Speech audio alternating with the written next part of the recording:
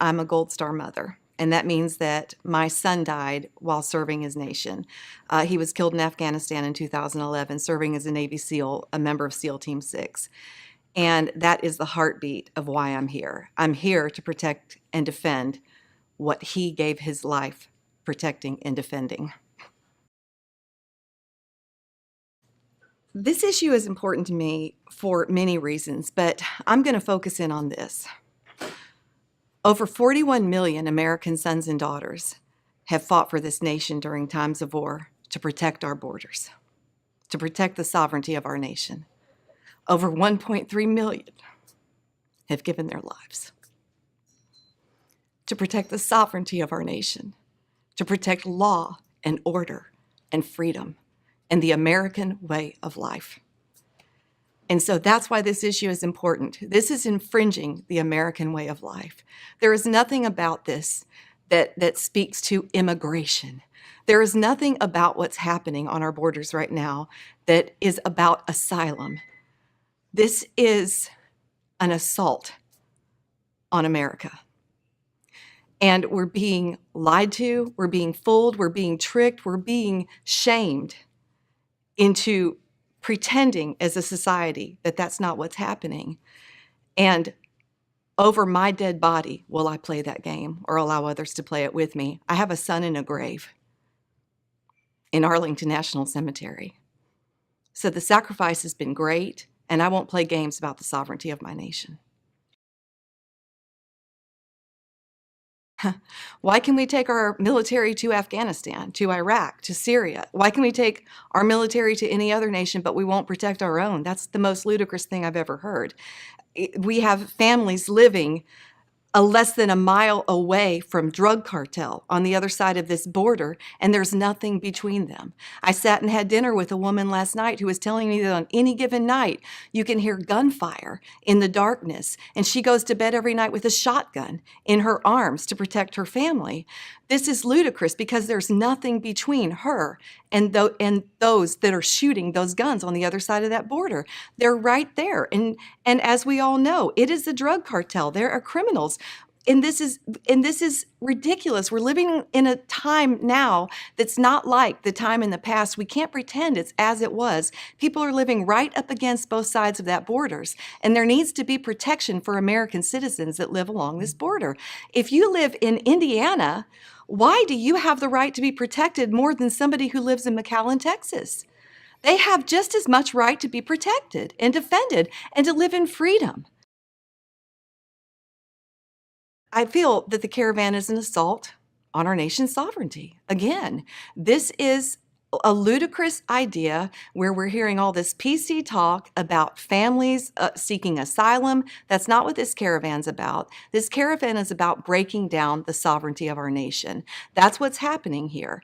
And so we've got to quit thinking with our feelings and start thinking with our brains as a nation. We've got to quit listening to people who are telling us that this is an emotional battle. We've got to start caring more about the people inside our borders than the people outside our borders. When are we going to put the people who are legal citizens first before the people who are illegally trying to cross our borders that we know nothing about? We know that there are very dangerous criminals. For crying out loud, a man admitted on Fox News last week that he was a felon and that he was trying to cross our borders after he's already been deported, trying to get his record clean. Why? Why should we allow something like this in our nation? That's not what immigration is about. If you want to come to our nation, come in the right way. We have always opened our arms to immigrants who want to come into our nation through the proper channels. This is not immigration. This caravan is an assault on our nation's borders, and we need to see it almost as seriously as we see war. That's how we need to look at this. If people are coming into our country illegally, and they're carrying flags from their own countries, they have no intention of assimilating into the American way of life. So we might as well kiss it goodbye. When we let an influx of people who do not want to become Americans move into our nation and have free reign inside our borders, what we've done is we've removed We've removed everything that made us who we are as a nation. We've removed everything that made us great.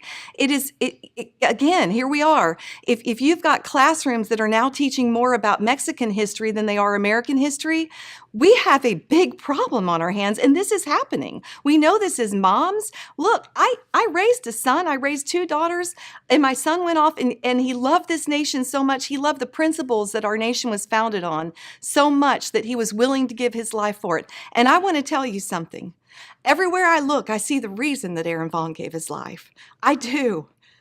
But I will breathe my last breath making sure that it is defended and protected, and that we don't turn into a society that has no resemblance to what this nation was founded on, because we pretend that it's all this emotional thing that we're moving through instead of using logic and reason to say, let people come to, yes, we open our arms. We open our arms to people who want to live the American dream if they're going to be Americans.